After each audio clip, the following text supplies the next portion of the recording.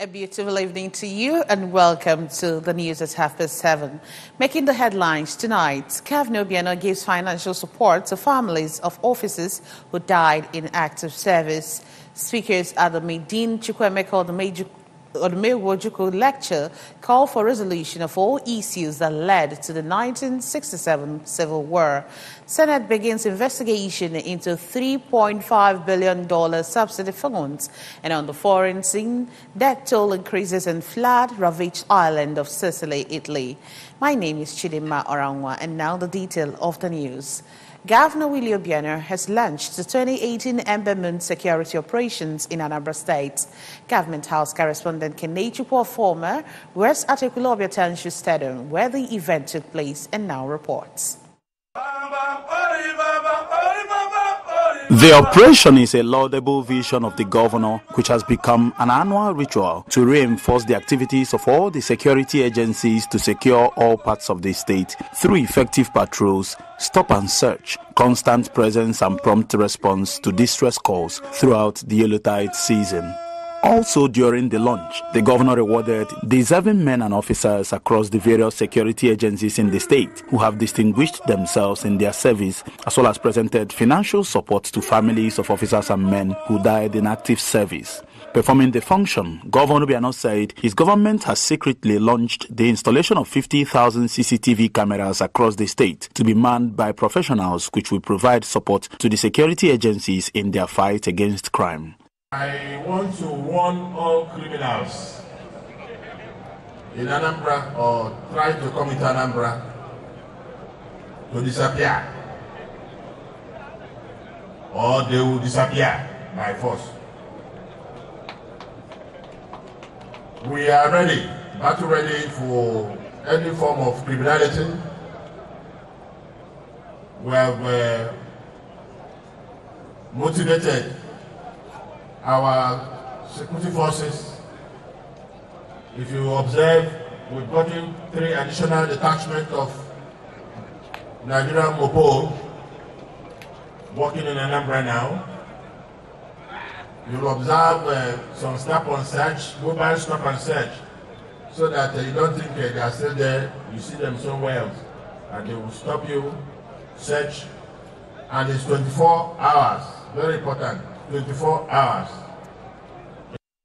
The State Commissioner of Police, Mr. Garuba Umar, revealed that the Ember Month's operations had commenced since the beginning of September to rid the state of all criminals, adding that the fallout of the operation will overflow to guarantee the smooth conduct of the electioneering process and ultimately the general election of next year. And I say a big thank you to Your Excellencies for your vision and support. To the head of security agency in Anambra State, your zeal, ideas and contribution towards the internal security management of the state is highly appreciated. May I also use this opportunity to recognize and commiserate with the families of our colleagues who lost their lives in active service to their fatherland. We strongly believe that their labor shall never be in vain. It is our fervent prayer that God grant them eternal rest and give their families the fortitude to bear this irreparable loss.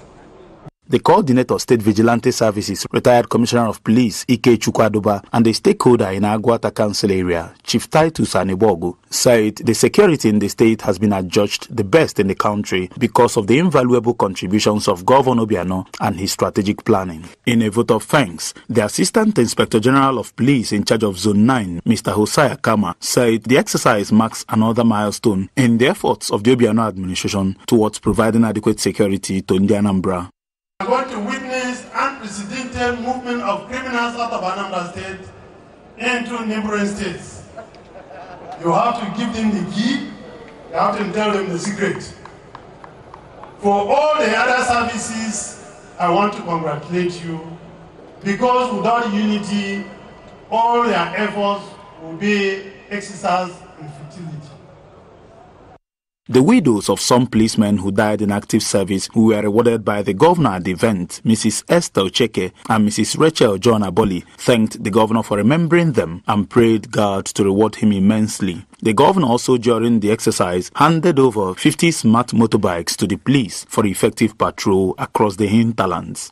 From Ekulobia in Agwata Council area, I am Kene Chukwuofoma reporting for ABS News. The enthronement of a new, better and prosperous Nigeria may not be achieved without recourse to the ideals represented by late Dame Chukwuemeka Odumegwu-Ojukwu. This top discussions at the maiden edition of Dame Odumegwu-Ojukwu Memorial Annual Lecture at the Chukwuemeka Odumegwu-Ojukwu University Iwariam campus. Government House correspondent Ejike Abana reports that the event was attended by Governor Willie Obiano, Ambassador Bianca Ojukwu, traditional rulers, government functionaries, professors, the academia, the clergy, and legal luminaries. His report.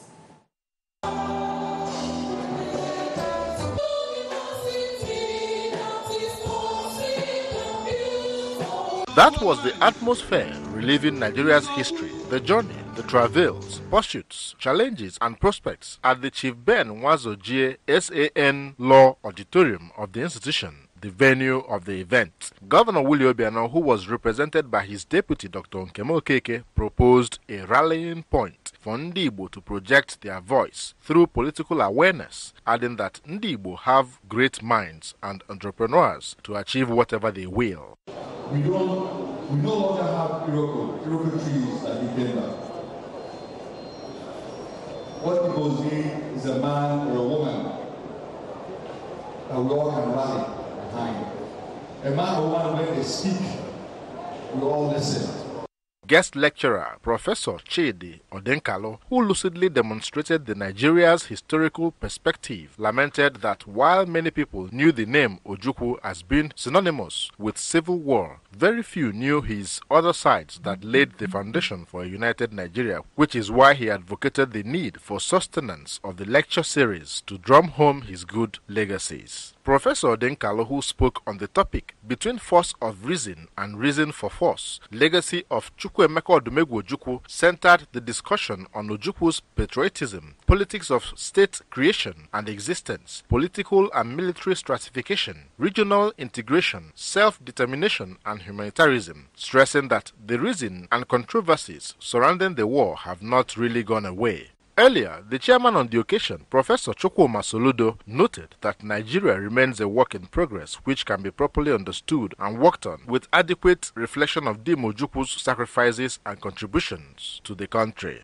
If you are an Igbo man and Nigerian, dead or alive, at least from 1960s to 60s till date, you haven't heard about and you have not debated about the man and what he represented and still represents, then you are either not a Nigerian. Ambassador Bianca Ojukwu, while appreciating state government and the university management for instituting the lecture series, noted that ABGA is one of the legacies of her late husband, as such should not be allowed to wane. That in so many years, since its inception, nobody thought of this initiative. On behalf of the entire Odumegwu family, we are most grateful. From the Chukwuemeka Odumegwu-Ojukwu University, Iwariam campus, Ejike Abana, ABS News. Meanwhile, in this report, our correspondent Emmanuel Chiwata captures other high points and takeaways from the Medina Chukwuemeka Odumegwu-Ojukwu lecture. His report. The essence of the lecture was to mark the birthday of the late Doyen of Igbo land, who hails from Nnewi, born in 1933 and died in 2011, as well as also keep in mind and refresh the memory of what late Ojukwu stood for. Welcoming the gathering, the acting vice-chancellor of the university, Professor Greg Makobi, noted that the lecture, which is the first of its kind, is to lay background for subsequent lectures for the future. He added that the epoch-making event is such a great one, where the wealth of Anambra people, who are highly regarded as wealthy people, should be utilized to expose the people on events of history and education. History is being made here in our university. As we have gathered, we have the first memorial lecture in honor of that first foreign university scholar, a law scholar of Nigeria, and an Igbo man of character and integrity who loved his country and people so dearly. In his speech, the occasion, Chief Uche Ezechukwu affirmed that the late icon was a man who had sacrificed much to bring succor to people who were being haunted and haunted in a country they had called their own. He described Ojukwu as a superb man who died for the benefit of his people but was subdued by a combination of forces too huge for any man or society to withstand, and therefore explained that he should be seen as someone important in the course of history. This lecture as if Chukwu Emeka Ojukwu at 85. So what I meant was that if Ojukwu were alive and with us today, he may have been, and the celebration would have been of a different dimension, would have been clinking glasses, backstabbing and so on and so forth. But it wasn't going to be as serious-minded and as intellectual as it is now. He was seen as a man who had grabbed and subdued a lion with his bare hands. The event was marked with 1 minute silence for the deceased and cutting of posthumous birthday cake. From Chukwuemeka Odumegwu Ojukwu University, Igbariam, I am Emmanuel Chibata reporting for ABS News. The Anglican Church in Anambra State has held a one-day prayer rally for good governance and peaceful candidates of the 2019 general elections. The prayer rally, which took place at the Dr. Alexa Kwema Square in Oka, attracted Governor Willie Obiano, all the 9 Anglican bishops in Anambra State and their wives, captains of industry, clergy and their wives, as well as the President General, Joint Council of Knights, Church of Nigeria, Anglican Communion, Sir Isaiah Ezezika, among others. Correspondent Valentine Madua completes the story. Speaking during the event, the Archbishop Ecclesiastical Province of the Niger and the Anglican Bishop of Nnewi Diocese, Most Reverend Godwin Obala, said that the essence of the prayer rally, which is an annual event, was to seek the face of God in the myriads of problems facing the country, especially insecurity, hunger, starvation, and maladministration. Most Reverend Obala maintained that the Church must be alive in her role of moral rejuvenation in order to enthrone a God-fearing and decent society, and called on all Christians, irrespective of denomination, to see themselves as one, in addition to being their brother's keeper. Of laity should order his life and that of his family to witness for Christ by word and deed. Will you be able to do this? I will. God be my helper. Contributing, the Anglican Bishop of Oka Diocese, Right Reverend Alexander Ibezin, called on the people to always pray for those in leadership positions in view of the challenges associated with their positions. Only God can save our country from the impending clash of rugged political giants. He alone will deliver our nation. The citizens of this country are readily and callously shortchanged by those in power. In an address, the Secretary of the Planning Committee, Reverend Canon Justin Onyakamusi, thanked the state government for its support to the success of the event, assuring that the Church will always remember her in its prayer. In a remark, Governor Willie Obiano, who was represented by the Managing Director and Chief Executive Officer of the Oka Capital Territory Development Authority, Venerable Amechi Okosa, described prayer as key to success and called on Christians not to relent in praying for the smooth conduct of the 2019 general elections. He expressed his great delight because he is a Christian fundamentally, and we all know the importance of prayers. And everything we do in the government house, we pray before we do that. It's a wonderful thing to do, because prayer is the key. The event, which was facilitated by the Anglican Bishop of Agwata Diocese, Right Reverend Samuel Ezofo, featured prayers for the nation, the states, and families in distress. In Oka, Valentine Mbadwa reporting for ABS News. Still on the news this evening, an on-air personality of the Anambra Broadcasting Service, ABS, Sandra Abba, has emerged the Nigerian Achievers Award, NAA 2018 Radio Personality of the Year. The award was presented in Lagos during a ceremony to mark this year's edition. Correspondent Daniel Ezigwe has an update.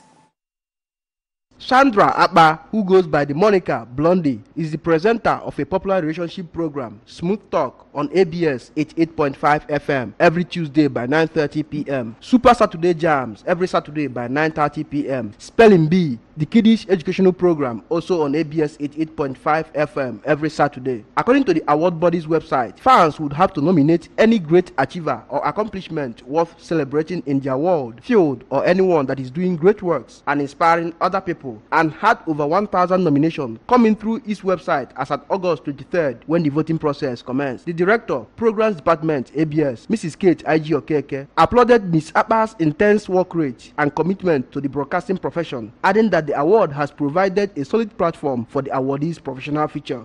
First of all, I would like to say that she actually took after me, because what she does on radio is what I used to do before she came. And so when this award came, I wasn't surprised that she would back that award, because she actually knows what she is doing on radio. Sandra is somebody that can keep you glued to the radio station from start to finish. Veteran broadcaster and colleague of the award winner, Mr. Roy Ekunife, recalled of Ms. Abba's outstanding impression through her popular radio programs and noted that her performances exemplify the success of the ABS brand. Somebody very, very committed. Somebody that is down to earth, She respects everybody. Anything, as a senior colleague, if you give her instructions, she carries out the instruction. And I think that has contributed to her winning the award, because she's very, very ready to learn anywhere, anytime. For the award winner, who said it is her first nomination, an award on a 3-year profession as an on-air personality, noted that the ABS have provided for her a stepping stone to a great broadcasting career through its peerless media standards. I was really confident, because I also had, other nominees, great people, I must say, from other radio stations. But then, at the end of the day, I emerged. But that doesn't mean they're not good. But then, let's just say it's a good one on my own side. So my fans, if they don't like what I do, they wouldn't vote for me. So yeah, I think it's all about my style of presentation. In Oka, Daniel Ezigwe, reporting for ABS News. The Senate says it has set up an ad hoc committee to investigate the use to which the sum of $3.5 billion alleged subsidy was put. This was contained in a tweet on the verified Twitter handle of the Nigerian Senate at NGR Senate. It explained that Senator Basi Akpan cited orders 403 and 95 and drew the attention of the Senate to the various emails and complaints from the general public on the unauthorized withdrawal of $3.5 billion by NMPC from the NLNG account. Despite being Africa's largest crude producer, Nigeria relies on fuel imports to meet domestic demands because of its dilapidated refineries. The imported petrol is subsidized by the government in an increasing OPEC scheme that had been described as a spiraling web of patronage and mismanagement. In October, the Senate said it was probing spending by the NMPC of some $3.5 billion in import subsidies, which were not approved by the National Assembly. The NMPC has said in the past that high oil prices and fuel smuggling to bordering West African countries were driving up fuel subsidy payments. But there are growing fears that the ballooning subsidy bill could be due to corruption. And now entertainment news. Veteran Nigerian high-life musician and oldest member of Copyright Society of Nigeria, Emmanuel Ntia, has passed on at 94. Ntia, who is well known for his major hit, The Fish Song, which rocked dance halls in the late 60s and early 70s, died yesterday in his hometown, Abak, Akwa Ibom State. The late Ntia bagged Kuson Roll of Honor at the Society's 5th anniversary in Lagos in 2015 for his outstanding contributions to the defense of the rights of creative people in Nigeria. In his tribute, Council Chairman Tony Okoroji praised late Emmanuel Ntia for his unsurpassed dedication to the cause of musicians in Nigeria. Okoroji said that flags would fly at half-mast at Kuson House in Ikeja for 1 week in honor of the late Emmanuel Ntia. And on the business news, the Director General of Nigerian Maritime Administration Safety Agency, NIMASA, Dr. Dakuku Peterside, has identified some factors that will lead to the emergence of Nigerian seaports as the highest performing logistics hub in West and Central Africa. When this is achieved, the ports will become home to Africa's largest transshipment container port linked to other parts across the globe. Speaking with journalists, a senior official of the Federal Ministry of Finance, FMOF, who craved anonymity, said the senior management of the maritime industry, led by Pesticide, the Managing Director, Nigerian Ports Authority, MPA, Ms. Hadiza Bala Usman, and the Executive Secretary, Nigerian Shippers Council, Mr. Hassan Bello, are working tirelessly to improve the logistics network. The success so far recorded by the Port of Singapore, the FMOF official said, shows that with a forward-thinking vision and much determination by those directing the affairs of the maritime trade, a developing country like Nigeria with few resources can become a leading logistics hub. The senior official noted that the three key factors that will lead to success based on the planned initiatives include the size of Nigerian local market, which is expansive. Investigation revealed that high-frequency connection will allow goods to reach other African countries faster through the Nigerian ports that they will through direct shipments, and that is one said by the FMOF official that the country must tap into. The death toll has increased to 30 in the island of Sicily of Italy after 12 others were killed by the week-long storm in the European nation. 9 members of a single family were also killed in the storm. After a river burst its bank, the bodies of the family, including children and aged 1, 3, and 15, were discovered in the coastal town of Casteldaccia, east of the capital, Palermo. Rescue services said the house where they were spending their weekend was submerged in water and mud. The other victims' ages ranged from 32 to 65. 3 family members managed to escape, one by climbing a tree where he stayed for more than 2 hours, the Agin News Agency reported. A 35-year-old survivor, Giuseppe Godiano, told journalists that his wife, 2 other children, his parents, brother and sister, his nephew, and the boy's grandmother all died.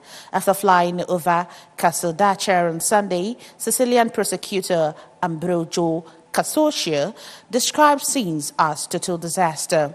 Officials have opened an investigation to determine whether houses built near the river had complied with safety norms. And now in sports, Cross Counter has made history by becoming the first British-trained race horse to win the Melbourne Cup. Charlie Appleby saddled the 8-1 winner, ridden by Karen McEvoy, in the 158 running of Australian famous race. Cross Counter led home 1-2-3 for British-trained runners from Mamelo and a Prince of Arran.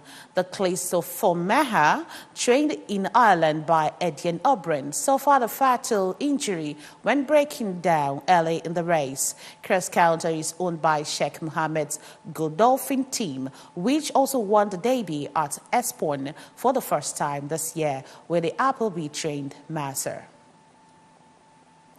And that's it on the news. But before we go, a quick reminder that you can follow news and programs from any part of the world by logging on to our website, www.absradiotv.com.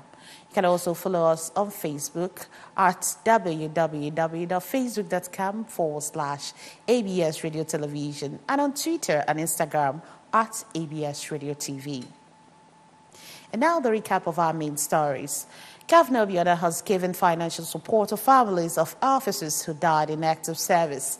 Speakers at the Medin Chukwuemeka Odumegwu Ojukwu lecture has called for resolution of all issues that led to the 1967 Civil War. Senate has begun investigation into $3.5 billion subsidy funds. And on the foreign scene, we reported that death toll has increased in flood-ravaged island of Sicily, Italy. And that's the size of our package tonight. Many thanks for watching. My name is Chidimba Orangwa. Have a wonderful night rest.